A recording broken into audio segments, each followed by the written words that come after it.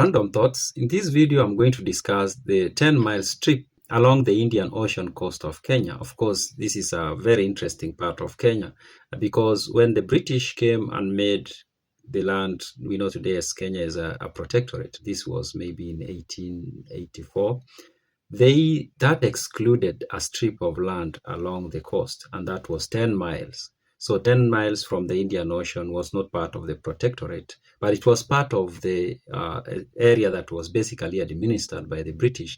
And the arrangement is very interesting. Now, this is a part of the Kenyan history that is discussed by Sir Charles Elliot in his book, The East Africa Protectorate, published in 1905.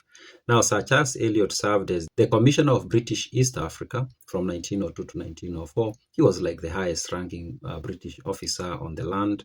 And then he resigned, and then he publishes this book in 1905. Now, this is a very comprehensive, detailed book. It talks about or discusses different things about the East Africa Protectorate, the history, the land, the geography, the potential for business and agriculture. In a part of the book, he discusses the question of the 10-mile strip along the coast. Now, I've always known about this, or I've known this for quite some time, that the 10-mile strip along the coast, when the British came, it for some time remained to be part of the property of the Sultan of Zanzibar.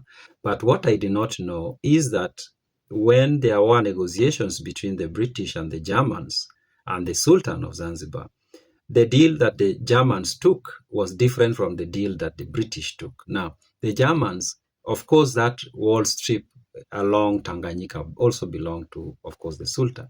But the Germans, while they were negotiating, or at the point of negotiating with the Sultan, for them, they decided to buy it. So they gave the Sultan some money, and it became part of Tanganyika. So there was no question of the strip of 10 miles along the coast in the, of course, the German East African side, which of course was Tanganyika. But when it came to the side that later on became Kenya, the British, for some reasons, did not buy it. They did not pay.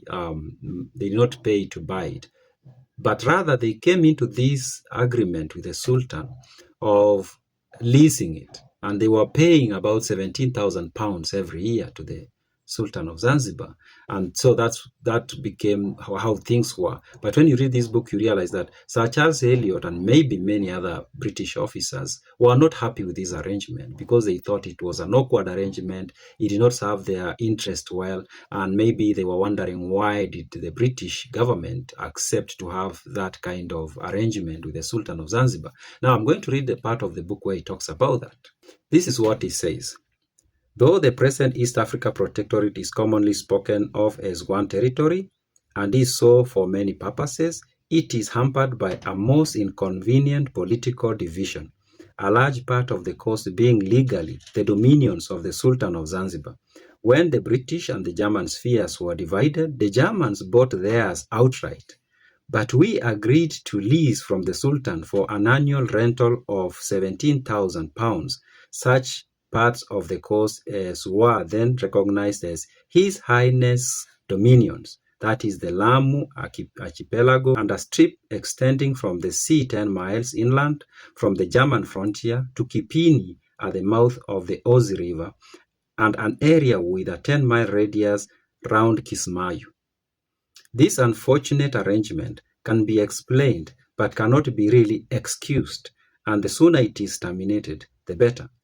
Its inconvenience is not that we are burdened by an annual payment, or that the Sultan interferes with our administration, for his sovereignty is purely nominal, but that as long as this nominal sovereignty exists, the country must be regarded as subject to the same treaties and disabilities as Zanzibar, and that therefore the British authorities, as representing the Sultan, have no jurisdiction over the foreigners, including natives of German East Africa, who may happen to cross the boundary, and the native servants of such Europeans as are not British subject, and no power to tax them.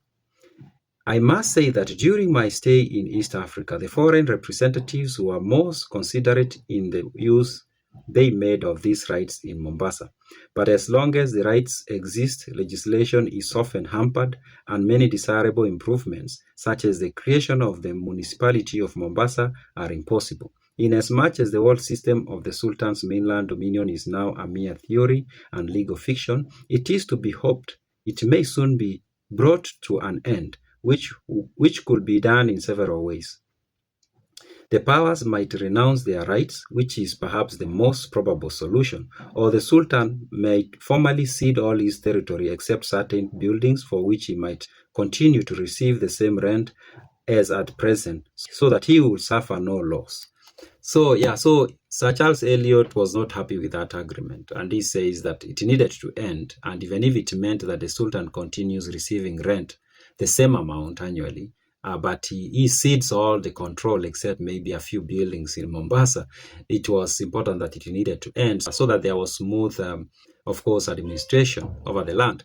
But it seems, of course, that that problem was not solved, and the Sultan of Zanzibar continued to basically have, at least theoretically, have control over the 10-mile strip. And that continued, in fact, up until 1960s. And it was only resolved as Kenya was about to become independent. That's when there was, of course, a conversation, and of course there were meetings, and then the Sultan of Zanzibar agreed to cede that territory to Kenya. They knew of the country that was going to become independent. Now, I don't know, maybe this information is available publicly. I don't know what were the terms of that strip being given to Kenya. Could be there is money that was paid. Maybe the British paid some money to the Sultan of Zanzibar. It's possible. I don't know. And if you've come across that information, I'll be happy to read it in the comment section. Those are my random thoughts.